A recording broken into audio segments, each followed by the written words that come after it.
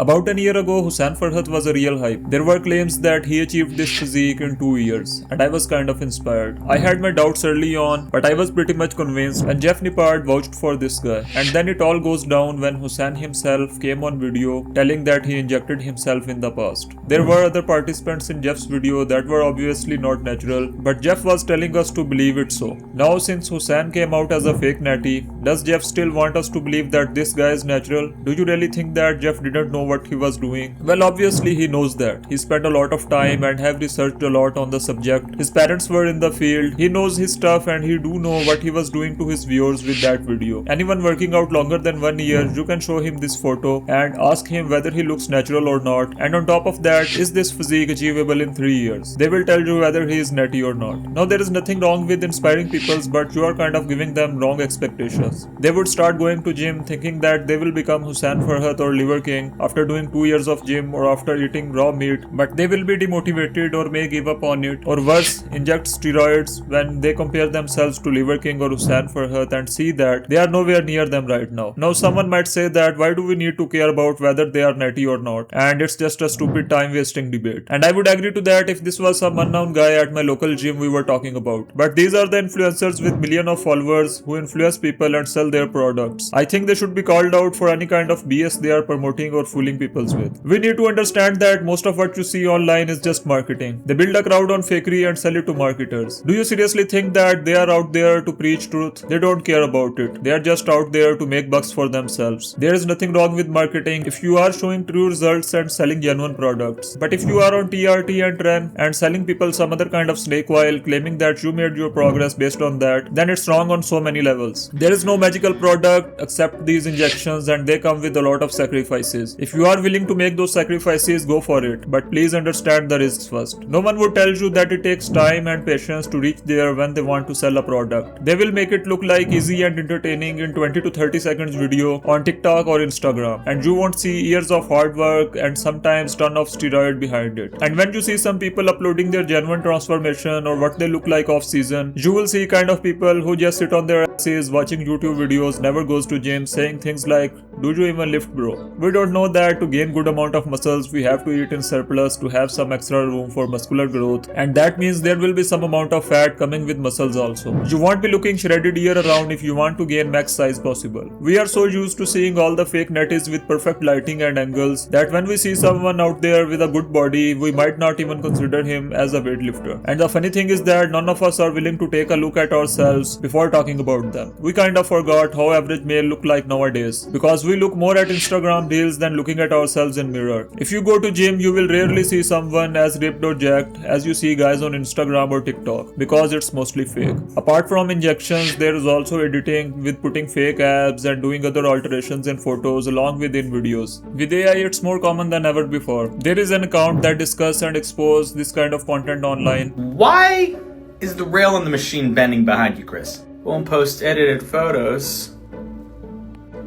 ever again. I called out Jesse because he massively edits all of his photos, and Jesse wasn't too happy about that. With all of this, it's hard to believe what you see online. There is also a case of using fake weights to get attention of viewers. My belief was always that if you want to be truly satisfied and observe your progress, compare yourself with your older self. Don't compare yourself to someone who took steroids for 13 years and has his organs damaged. The genuine transformations without any drug takes a lot of time. I'm talking years, not months to reach there. You will never have patience when you are used to see 15 seconds of transformations on TikTok. And with natural training, you do have a genetic limit. Humans are not cows. We don't reach that size unless there are genetic exceptions or a lot of injections involved. Don't be a fool believing people that this is natural. Most naturals, after 5 to 10 serious years of training, will add maybe 20 to 25 pounds of lean mass if genetics are good. Anyone telling you that they go above that naturally in 2 to 3 years is making a fool out of you. Behind those doors, you don't see injections and the nightmares they go through. The insomnia, night sweats, kidney issues, blood pressure problems, aggression, anxiety. People lose their lives, are not able to have children or please their wives, and have worst nights with anger disturbing their lives. There are a lot of incidents of bodybuilders passing out on stage or having heart attacks, leaving this world too early and too young. We don't get to see the abuse they are doing. It's on such a levels that I don't think bodybuilding as a professional is a healthy thing nowadays. The small risks were always there when you were cutting and going with extreme diets, but nowadays it's just impossible to compete without using TRT and other steroidal injections. You don't stand a chance against someone whose testosterone levels are above 5000. You probably think that you are not getting results because of your diet or your training or something else, but elephant in the room is that you are comparing yourself to guys filled with chemicals, and this causes lack of patience or feeling that you are doing something wrong. You may keep changing your strategies and everything and may eventually give up. You might think that there are natural bodybuilding federations, but even there, the competitors abuse the rules all the time because it's hard to detect the usage in these tests and you can very easily outsmart them. The first test that is mostly used to determine the usage of substance is urine test, where they take sample of your urine for the traces of any illegal substance. Now most of these substances clear the body quickly, often within days or weeks, depending on the drug's half-life. For example, oral anabolic steroids can be undetectable in urine after just a few days, while injectable ones might stay longer, but still with some strategic timing you can pull it off. Growth hormone, insulin and certain peptides are not reliably detected in standard urine panels at all, requiring more advanced and less common blood tests. These tests are only able to detect very recent use and very small number of chemicals, and detections can be easily avoided by some planning. Another thing is that athletes use minimal amounts of substance like synthetic testosterone without triggering abnormalities in tests because they are not sensitive enough to detect trace amounts below certain thresholds. Competitors stop using detectable substance weeks or months before a test, lining with the drug's clearance time. Post-cycle therapy drugs like SERMs help restore natural hormone levels quickly without detection, while some of the athletes also take diuretics and cleansing pills to flush the chemicals from body quickly. The next common test that is used to determine whether someone is using steroids or not is polygraph test. Now they are heavily criticized, have no scientific credibility and can be easily beaten. The American Psychological Association and most scientific experts state that there is little evidence that polygraphs accurately detect lies, as they measure arousal rather than deception or lies directly. Physiological responses can be caused by anxiety, fear or unrelated stress, not just lying. This can lead to inconsistent results, so there is no guarantee that who you competing against will be 100% natural. The systems may catch careless and poorly planned use, but not someone with little bit of strategy and planning. The standards created today are impossible to beat without sacrificing your health. Judging criteria have been shifted from classic symmetry in 60s-70s era to prioritizing sheer size and freaky conditioning, rewarding enhanced looks even in tested events. The poor testing is one of the reasons that's promoting this culture, but I think social media is the real evil in all of this. The reason why you don't pay for it is not because it's free. Nothing in this world is free. You pay with your attention, and that's what big players are competing for. There are scientists at play to figure out how they can keep you longer on their platform and make sure you don't close the app. You don't want to see someone doing 2 hours of workout and explaining their diet and all the discipline they follow. You will be interested more in someone who is showing you their extreme transformation in just 10 to 15 seconds video with nice background music. You will watch someone who tells you that how easy it is, not someone telling you behind the scenes. Algorithms push extreme content to users seeking fitness inspiration, flooding feeds with hypermuscular ideals and tie them to masculinity. Studies show positive associations between heavy consumption of fitness-related social media and higher likelihood of steroids use. That is often driven by constant dissatisfaction while comparing yourself to everyone on social media. The truth is that social media rewards enhanced physiques with likes, follows, sponsorships, and monetization, selling coaching programs, supplements, or natty meals plans, while the one who are natural struggle. The algorithm don't know or care about your usage. They care about having more people on platform. This incentivizes influencers to maintain or exaggerate looks by taking undisclosed substances. It's all a race and business where appearance is equal to success or status.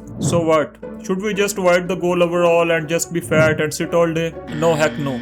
You don't have to do it. There are very good examples of people who achieved a lot naturally before steroids were a thing, and you can actually achieve a lot if you don't compare yourself to everyone online and focus on yourself. The problem arises when you try to be professional in this game or spend too much time on social media. If you are willing to go professional in this one, I don't think you can do it being healthy. You have to make sacrifices which I think you shouldn't make. If you are doing it for your health and to be strong, that's a good goal and it should be chased. You should see your prime with the strongest possible you can become. Eat good, take care of your sleep, and take care of your recovery. Plus, there is much more to health than just doing bodybuilding. You can try MMA, boxing, sprinting, cycling, and much more. Cardiovascular health is also very important, which is often neglected in strength training. If your dream is fitness and not the algorithm or social media likes, you should chase it. But if you are running after likes and you are in that race, there will come a day that you might inject yourself in that chase. You should not overestimate your self-control in this one, because when it's your profession and there is a big brand giving you big money, or you are invested way too much into it professionally, there is a good chance that you will do it. You will inject yourself. If I have to sum it up, I would say that don't make it your profession, and when focusing on fitness, don't just focus on muscles only, but also on athletic performance, mobility, and endurance. So that's it for today, guys. Thanks for watching, and as always, eat well, sleep better, and move more.